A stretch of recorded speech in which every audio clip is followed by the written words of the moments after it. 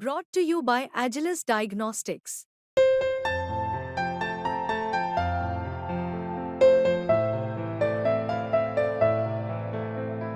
Agilus Diagnostics.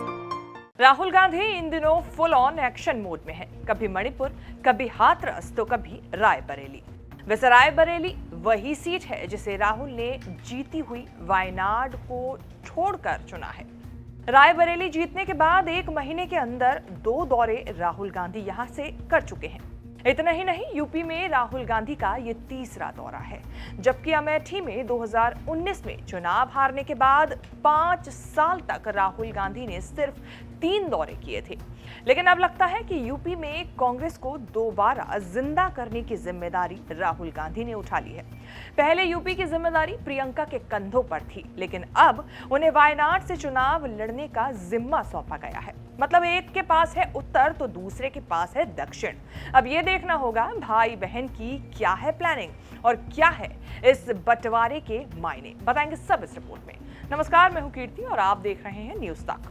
बीते 1 महीने में राहुल गांधी रायबरेली के 2 दौरे कर चुके हैं। अपने हालिया दौरे में राहुल ने एम्स की व्यवस्थाओं का जायजा लिया, जहां वो मरीजों से मुलाकात करते भी नजर आए।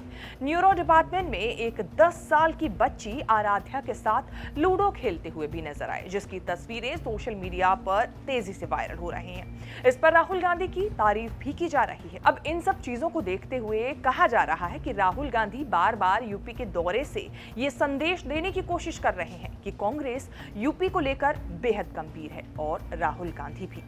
राहुल का ऐसा करने से कहीं ना कहीं कांग्रेस यूपी में मजबूत होकर उभर सकती है और पार्टी को मजबूत करने के मकसद से ही राहुल ने वायनाड छोड़ रायबरेली को चुना था। वैसे राहुल की अगली अग्नि परीक्षा यूपी की 10 सीटों पर हुए उपचुनाव के नतीजों से भी होगी और पता चलेगा कि राहुल के यूपी से सांसद बनने के बाद कांग्रेस कितनी मजबूत हुई है। वैसे भुलाया ये भी नहीं जा सकता कि रायबरेली हो या अमेठी, यहाँ अगर किसी ने प्रचार करके जमीन को मजबूत करने का काम किया है तो वो है प्रियंका गांधी, जिन्होंने रायबरेली में 9 दिन और अमेठी में 7 दिन लगातार प्रचार किया।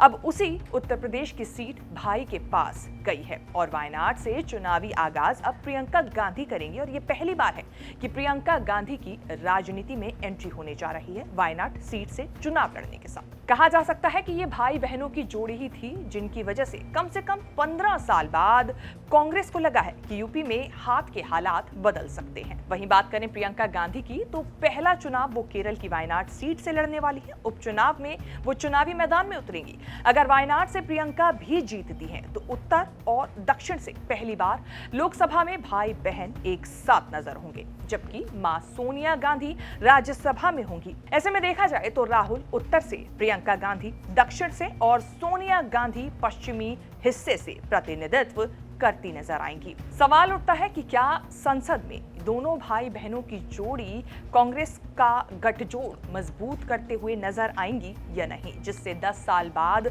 चुनावी नतीजों में कांग्रेस को 100 से भी पार सीटें मिलती हुई नजर आई, भले ही वो इंडिया गठबंधन के साथ ही क्यों ना हो। बता दें कि 17 जून को प्रेस कॉन्फ्रेंस करने के साथ ही राहुल गांधी और प्रियंका गांधी के साथ मल्लिकार्जुन खड़गे ने यह ऐलान किया था कि रायबरेली राहुल गांधी अपने पास रखेंगे और वायनाड से उपचुनाव में प्रियंका गांधी चुनाव लड़ेंगी। ऐसे में राहुल गांधी ने और प्रियंका गांधी ने दोनों ने कहा था कि रायबरेली और वायनाड दोनों को 2-2 सांसद मिल रहे हैं। वहीं प्रियंका गांधी ने इस पर यह भी कहा था कि वो वायनाड के लोगों को राहुल गांधी की कमी महसूस नहीं होने देंगी। लेकिन क्या अब कांग्रेस की सियासत में ये जोड़ी 1 से भले 2 बन पाएगी या नहीं बन पाएगी, ये तो वायनाड में होने वाले उपचुनाव के बाद ही पता चलेगा, जब उसके नतीजे आएंगे।